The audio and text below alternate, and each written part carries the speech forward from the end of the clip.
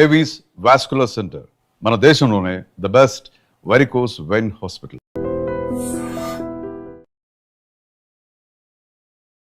Welcome to I Dream. ఏ దేశమేగినా ఎందుకాలడినా పొగడరా నీ జాతి భూమి భారతిని అని ఇప్పటి వరకు పొగుడుతూ వచ్చాం.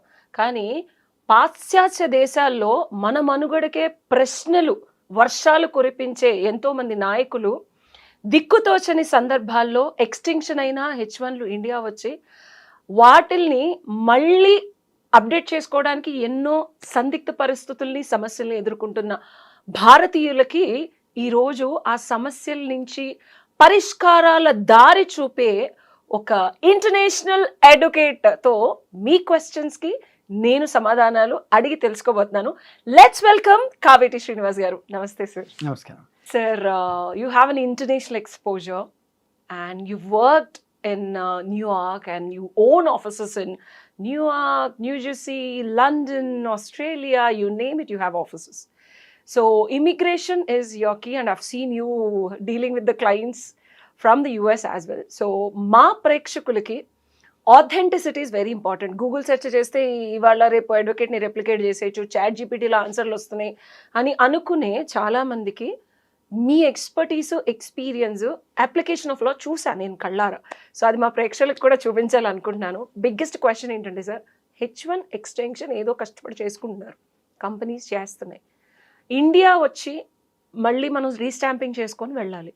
కానీ సోషల్ మీడియాలో వీళ్ళు ఏమేం పెడుతున్నారు అనేది కూడా ఒక చెక్ లిస్ట్లో భాగమయ్యి మొన్న నాకు తెలిసిన ఒక వాళ్ళకి అవ్వకుండా వెళ్ళిపోయాడు.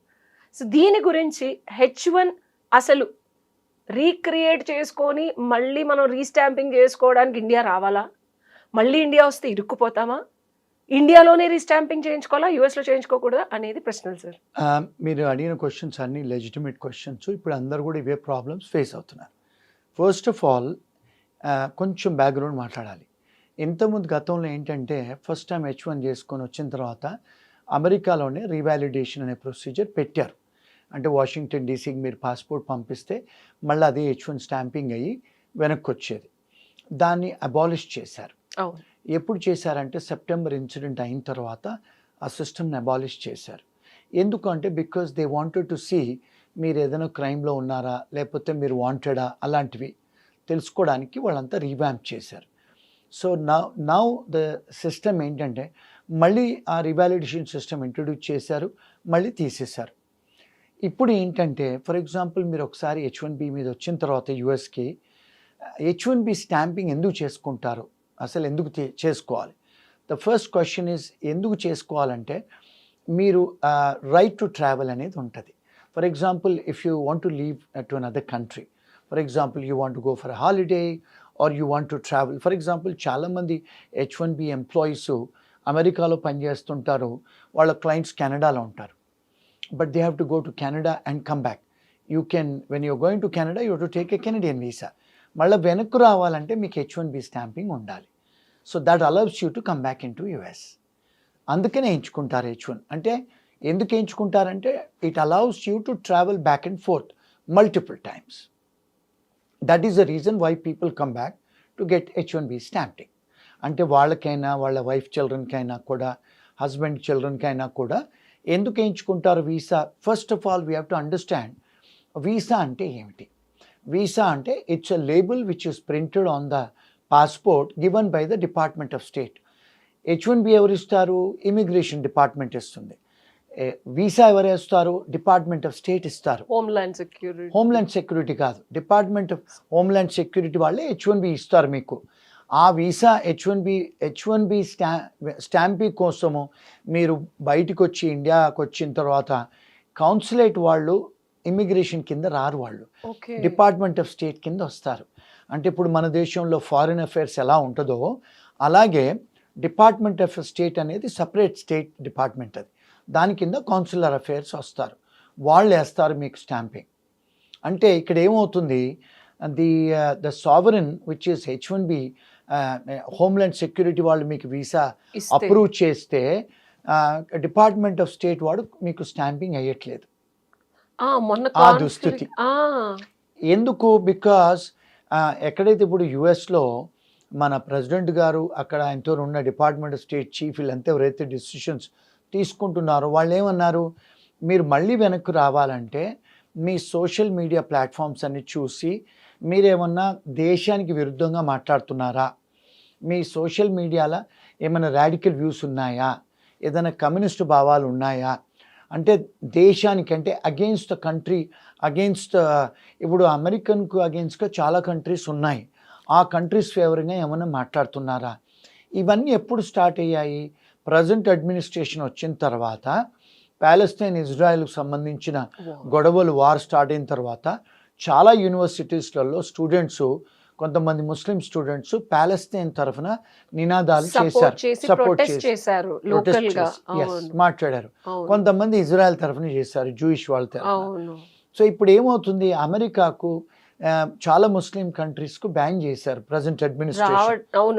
Most of the student visas తీసేశారు. కరెక్ట్, చాలా కంట్రీస్ లో కూడా ఆఫీసులు క్లోజ్ చేశారు, అంటే కౌన్సిలేట్స్ క్లోజ్ చేశారు, చాలా కంట్రీస్ ను బ్యాన్ పెట్టారు. ఇప్పుడు ఏంటంటే తను అంటే ప్రస్తుత ప్రెసిడెంట్ గారు లాస్ట్ టైం కూడా పవర్లోకి వచ్చినప్పుడు చాలా కంట్రీస్లలో కౌన్సిలేట్స్ క్లోజ్ చేశారు. అంటే he didn't wanted Muslims to come in to the country. Unnecessary conflicts, దేశానికి విరుద్ధంగా ఉన్న మనుషులు మళ్ళీ ఎక్కడ ఇబ్బంది కలిగిస్తారో లోకల్ గా ఉంటే అనే పర్స్పెక్టివ్ లో, అంటే prevention is better than cure లాగా వాళ్ళను రాకుండా చేశారు. అది ఏమవుతుంది ఇప్పుడు, it is reflecting on other things also. ఇప్పుడు ఏంటి, ఎవరైతే అలాంటివి ఏమైనా పెడతారో సోషల్ మీడియాలో చూసి వీసా ఇవ్వాలి అని కొత్త పాలసీ తెచ్చారు ఆయన. సో ఇప్పుడు ఏమవుతుంది, క్వశ్చన్ అడుగుతాను సార్, ఇక్కడ మనకి ఫండమెంటల్ రైట్స్ ఉంటాయి. ఎందుకంటే మన కాన్స్టిట్యూషన్లో నేను చదివినప్పుడు అమెరికా నుంచి బిగ్గెస్ట్ బేస్ తీసుకుందే అమెరికన్ ఫ్రీడమ్ గురించి, వీటి గురించి మనం ఎక్కువ తీసుకున్నాం. సో వీళ్ళు సిటిజన్స్ కాదు, ఓన్లీ H1 వీసాల మీద ఉన్నారు, అండ్ వీళ్ళు జస్ట్ అక్కడ బ్రతుకు తెరువు కోసమో చదువుకోవడం కోసమో పలు విధాల వర్క్ వీసాలు, ఓవన్లు, ఇవి ఇలా చాలా రకాలు తీసుకున్నప్పుడు వాళ్ళ సెల్ఫ్ ఎక్స్ప్రెషన్ని నిబద్ధత, నియంత్రత, పాలనలాగా చేస్తున్నారా? ఎందుకంటే సోషల్ మీడియా ఇప్పుడు ఇండియాలో freedom of speech and self expression ఉంది, నాకు నచ్చిన పోస్ట్ నేను పెడతాను. ఎగ్జాంపుల్, నేను ఇండియన్, సో ఏ లాస్ వర్తిస్తాయి? Because I know it's little tricky and lot of people don't understand this question is haunting me. ఎందుకంటే నా సోషల్ మీడియాలో ఎస్ డెఫినెట్గా ఒకవేళ నేను నా దేశానికి చెందిన అమ్మాయినైతే నాకు ఆ దేశభక్తి భావం ఉండటం తప్ప, ఒకవేళ ఉంటే అది నేను పరాయి దేశంలో నేను ఒక డబ్బులు కట్టి ఒక యూనివర్సిటీలో ధనార్జన కోసమో జ్ఞానార్జన కోసమో వెళితే దాన్ని బేస్ చేసుకొని ఎలాగా, I want to know the law. Excellent question, excellent question. So freedom of expression అనేది మన రాజ్యాంగం ఇండియాలో ఇచ్చారు. అమెరికన్ యుఎస్ కాన్స్టిట్యూషన్ కూడా ఫ్రీడమ్ ఆఫ్ ఎక్స్ప్రెషన్ ఉంది. ఎస్, ఫ్రీడమ్ ఆఫ్ ఎక్స్ప్రెషన్ ఉంది, కాదనట్లేదు. సో కానీ there are certain checks and balances. Checks and balances ఏంటి, ఇప్పుడు నాకు ఫ్రీడమ్ ఆఫ్ ఎక్స్ప్రెషన్ ఉంది కదా అని చెప్పి వేరే వాళ్ళ ప్రైవసీ ఇన్ఫ్లుయెన్స్ చేయడానికి లేదు కదా. ఇక్కడ సోషల్ మీడియా ప్లాట్ఫామ్స్ లో మై ప్రిసైజ్ క్వశ్చన్ సార్, దేశద్రోహులు దేశంలో ఒక రకమైన ప్రొటెస్టింగ్ తీసుకొచ్చే సోషల్ మీడియా పోస్టుల్ని ఎలా స్క్రూటినీ చేస్తారు? I can also post like republic day India, నేను నా దేశాన్ని, నా దేశభక్తిని నేను డ్రెస్ చేసుకొని చాటి చెప్తా. Is that a scrutiny point or how they are looking at this social media activism against US government? Okay, excellent question. చాలామంది సివిల్ రైట్స్ యాక్టివిస్ట్ ఏమంటున్నారంటే, ఫ్రీడమ్ ఆఫ్ ఎక్స్ప్రెషన్ మాకు ఉంది కదా, మా మా మా వ్యూ పాయింట్స్ మేము పెట్టుకుంటున్నాం కదా, ఆ వ్యూ పాయింట్స్ మేము పెట్టుకున్నప్పుడు ఇప్పుడు మనను ఎవరైతే స్టూడెంట్స్ అమెరికాకు వస్తారో వీళ్ళందరినీ నాన్ ఇమిగ్రెంట్ స్టూడెంట్స్ అంటారు, అండ్ ఎవరైతే H1B వస్తారో వాళ్ళని కూడా నాన్ ఇమిగ్రెంట్ వర్కర్స్ అంటారు. ఈవెన్ పర్మనెంట్ రెసిడెంట్స్ కూడా వాళ్ళని ఏమంటారంటే వాళ్ళకు పర్మనెంట్ రెసిడెంట్స్ అంటారు, వాళ్ళను ఏలియన్స్ అంటారు. రెసిడెంట్ ఏలియన్, గ్రీన్ కార్డ్ మీద రెసిడెంట్ ఏలియన్ అని రాసి ఉంటది. రెసిడెంట్ ఏలియన్ అంటే ఏంది? ఏలియన్ అంటే పరదేశీ, అంటే you have a right to live in that country but you are a resident alien, you are a foreigner. మరి మీకు కొంతవరకే అర్హతలు ఉంటాయి, because you are not a US citizen, అక్కడ న్యాచురలైజ్ సిటిజనో లేకపోతే బర్త్ రైట్ సిటిజన్ కాదు మీరు. సో మీకు అక్కడ మీ ఇండియన్ పాస్పోర్ట్ ఉంటుంది, ఫారెన్ పాస్పోర్ట్ ఉంటుంది, కానీ we have given you permission to live, to have a domicile in our country for ever. Resident alien forever, you can stay, but do you have a right to get into politics or vote? The answer is no. Can you work for the American government? The answer is no. Can you become a teacher in America? The answer is no. There are many restrictions because you're only a resident alien, you're not an American. So వాళ్ళు ఏం చేస్తున్నారు, కట్టుదిట్టాలు పెట్టారు. ఇప్పుడు మీరు visitor ఇది వీసాలో next video చేద్దాం sir, ఎందుకంటే చాలా మందికి తెలియని విషయం ఇది. సిటిజన్షిప్ అయిపోతే చాలా ఒక పెద్ద ఊహలో ఉంటారు. సిటిజన్షిప్ తర్వాత పిఆర్, రెండిటికి డిఫరెన్స్, హక్కులు, అమెరికా వెళ్తే వరల్డ్ ఆఫ్ డ్రీమ్స్ ఏదైనా సాధించవచ్చు, but these are the reality which lot of people don't know. Will do this in the next video. Absolutely. Second ఏంటంటే, ఇప్పుడు అక్కడికి వచ్చిన తర్వాత మీరు ఒక నాన్ ఇమిగ్రెంట్ వర్కర్గా వస్తున్నారు, చదువుకోవడానికి వస్తున్నారు, ఉద్యోగం చేయడానికి వస్తున్నారు. మీకు మేము పర్మనెంట్ రెసిడెన్సీ ఇవ్వలేదు అంటే వాళ్ళనే, that's way they looking at. మరి అమెరికన్స్ మీకు సిటిజన్షిప్ ఇవ్వలేదు, రానేలేదు, మీరు you not part of the country, మీరు వేరే దేశస్తులు కదా. ఇప్పుడు for example Indians are coming as with an Indian passport, but you getting a 3 years or a 5 years of visa to come and do certain things. What is the meaning of visa? Which gives you it's a Allows license to you- enter. No. It's called a license to enter into America. To do what? To study. They are giving you a license to enter to work for a particular employer. They're very clear about why Absolutely. this visa, Is what issued. are your rights, Absolutely. and how much you are allowed to do what. That's it. అది Terms. కనుక తప్పితే అక్కడున్న president గారు కూడా ఒకటే మొత్తుకుంటున్నారు, illegal immigrants, if you have legality we don't have any problem. Right. But కాకపోతే ఆ రూల్స్ అనేది ఆయన అప్డేట్ చేస్తున్నారు. Right. అంటే ఇప్పుడు ఏమంటున్నారంటే, ఇప్పుడు కొత్త నినాదము లీగల్ ఇమిగ్రెంట్స్ కూడా ఇల్లీగల్ చేస్తున్నారు అని. అంటే H1B వీసాలు ఫ్రాడ్ చేస్తున్నారు, స్టూడెంట్స్ వచ్చి ఫ్రాడ్ చేస్తున్నారు, అక్కడికి వచ్చి దొంగతనాలు చేస్తున్నారు, అక్కడికి వచ్చి డ్రింక్ డ్రైవింగ్ చేస్తున్నారు, మోరల్ టర్పిటెడ్ అఫెన్సెస్ చేస్తున్నారు, ఇవన్నీ హ్యూమన్ వాళ్ళు చూసి ట్రాఫికింగ్ కూడా ట్రాఫికింగ్ చేస్తున్నారు. ఇవన్నీ చేసి వాళ్ళు ఏమంటున్నారంటే, లీగల్గా కూడా వచ్చి ఇమిగ్రేషన్ వాళ్ళు, ఇమిగ్రెంట్స్ వచ్చి ఇల్లీగల్ పనులు చేస్తున్నారు, అది కూడా కర్టైల్ చేయాలని చెప్పి చాలా కంట్రీస్ని బ్యాన్ చేస్తున్నారు. ఇప్పుడు స్టూడెంట్స్ని కానీ అన్ని రెస్ట్రిక్షన్స్ పెడుతున్నారు. ఇప్పుడు ఈ H1B ఏదైతే ఎంప్లాయర్స్ ఉన్నారో 3 సంవత్సరాలే పర్మిషన్ ఇస్తారు వచ్చి పని చేసుకోమని. సో మీ H1B రెన్యూవల్ అయిన తర్వాత మళ్ళీ when you come back to your country for a visa stamping, వాళ్ళు ఏం పాలసీ పెట్టారంటే, they want to checkup your social media presence, they want to checkup whether you have any criminal history background, మీకు ఏదైనా traffic violations ఉన్నాయా, మీరు ఎప్పుడన్నా domestic వైలెన్స్లో పెళ్ళాన్ని కొట్టారా, గర్ల్ ఫ్రెండ్ని కొట్టారా, మీరేమైనా దొంగతనాలు చేశారా, షాప్ లిఫ్టింగ్ చేశారా, లేకపోతే అసాల్ట్ చేశారా, తాగి కొట్టుకున్నారా రూమ్మేట్స్, ఇవన్నీ కూడా చూస్తున్నారు.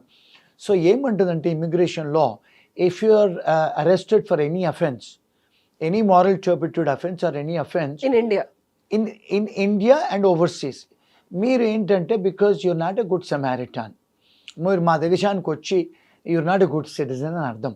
ఇప్పుడు ఏం చేస్తున్నారు, స్ట్రిక్ట్ ఇంటర్ప్రిటేషన్ చేస్తున్నారు. అంటే ఇప్పుడు ఫర్ ఎగ్జాంపుల్ ఇండియాలో కూడా గతంలో చాలామంది మీద ఎఫ్ఐఆర్లు అయ్యి కేసులు అయ్యి ఉన్నాయి. ఇప్పుడు they are also checking up that. అంటే we want clean people to come and live in our country అని. ఎందుకు గతంలో బైడెన్ అడ్మినిస్ట్రేషన్లో చాలామంది సౌత్ అమెరికా నుంచి డ్రగ్ కార్టెల్ వాళ్ళు వచ్చారు బార్డర్ క్రాస్ చేసి. That was the reason that caused lot of trouble, lot of deaths and shootings అయినాయి. Yes. Yeah. So that was the causation. ఇప్పుడేమన్నారంటే, మీరు అఫెన్స్ చేసిన వాళ్ళు మా దగ్గరికి రాకూడదు, మీరు అఫెన్స్ చేసినట్టయితే మా కంట్రీకి వచ్చి ఉండకూడదు. మూడోది ఏంటంటే, ఎందుకు ఈ ప్రాబ్లం స్టార్ట్ అయిందంటే, because of that Palestine and Israel issue start అయిన తర్వాత కొలంబియా యూనివర్సిటీ, హార్వర్డ్ యూనివర్సిటీలో స్టూడెంట్స్ ఎవరైతే వాళ్ళు ప్లే కార్డ్స్ పట్టుకొని ప్యాలెస్తైన్ తరఫునో లేకపోతే ఇజ్రాయెల్ Support తరఫునో చేశారు. సపోర్ట్ చేసిన వాళ్ళను, as you rightly said, we have a freedom of expression. కానీ వాళ్ళు ఏమంటున్నారంటే, ఈ కంట్రీస్ను మేము బ్యాన్ చేశాము, ఆ కంట్రీస్ లా అంటే ఇప్పుడు పీస్ మేకర్స్ కాదు వాళ్ళు, వద్దంటే యుద్ధాలు చేస్తున్నారు. So they are doing this కనుక మేము వీఆర్ అగెయిన్స్ట్ దెమ్. మరి అగెయిన్స్ట్ దెమ్ అనే కంట్రీస్కు మీరు they are not in interest of America కదా, మరి మీరు వాళ్ళ తరఫున మాట్లాడుతున్నారు కదా, అందుకే మేము మిమ్మల్ని రానివ్వము మా దేశానికి. There are a lot of students detained immediately from these countries and we've seen news and all that. Yes. So to conclude sir, H1 వచ్చి అంటే మళ్ళీ రీస్టాంపింగ్ కోసం వస్తే గనక జనాలు తస్మాత్ జాగ్రత్త, మీ సోషల్ మీడియా పోస్టులు, మీ క్రిమినల్ హిస్టరీ, అమ్మాయి నచ్చింది కదా అని ఇష్టం వచ్చినట్టు చేయకండి. డబ్బులు వస్తున్నాయి కదా అని చెప్పి ఏ అఫెన్సెస్లోకి వెళ్ళకండి. శాస్త్రోక్తంగా పద్ధతిగా కష్టపడి సంపాదించి మళ్ళీ మన ఇండియా వచ్చి స్టాంపింగ్ వేయించుకుంటే ఇవేమీ లేకపోతే మళ్ళీ రీఎంట్రీ ఉంటుంది. కరెక్ట్, అంతేనా సార్? Very true. అండ్ ఇంకొక విషయం ఏంటంటే మెనీ టైమ్స్ ఇక్కడికి వచ్చి స్టక్ అవుతున్నారు. ఎందుకంటే స్టక్ అయిన తర్వాత మరి వీళ్ళకు మళ్ళీ కౌన్సిలేట్లో వాళ్ళకి అపాయింట్మెంట్స్ దొరకట్లేదు. But there is an exception to the general rule. నార్మల్గా ఏంటంటే ఎంప్లాయరే కానీ లేకపోతే అక్కడ మెంబర్ ఆఫ్ పార్లమెంట్సే కానీ అంటే కాంగ్రెస్ మెనే కానీ ఎక్స్టెన్షన్ సర్కమ్స్టాన్సెస్ ఎమర్జెన్సీ ఉందని మనం అడిగితే రిక్వెస్ట్ చేస్తే ఎమర్జెన్సీ అపాయింట్మెంట్స్ కూడా దొరుకుతాయి. సో గైస్ చూసారు కదా, మీకు మరిన్ని క్వశ్చన్స్ ఏమన్నా ఉంటే కింద కామెంట్స్ రూపంలో తెలపండి. తప్పకుండా కావేటి గారి పర్సనల్ టైం తీసుకొని మరి ఆయన ప్రపంచంలో ఎక్కడున్నా సరే I'll make a Zoom call and make sure your problems have appropriate solutions from the best international advocate Kaveti Srinivas garu. Thank you sir. Thank you. And for more videos, Please subscribe to iDream. Please subscribe to iDream. Please subscribe iDream. And please subscribe to iDream.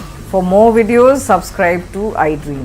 please like, share and subscribe to the channel. Congratulations, iDream. Subscribe to iDream. Subscribe to iDream. So subscribe to iDream Media. iDream ki iDream team అందరికి huge congratulations. Please subscribe iDream Media. Please subscribe to iDream. Subscribe iDream. Please subscribe to iDream.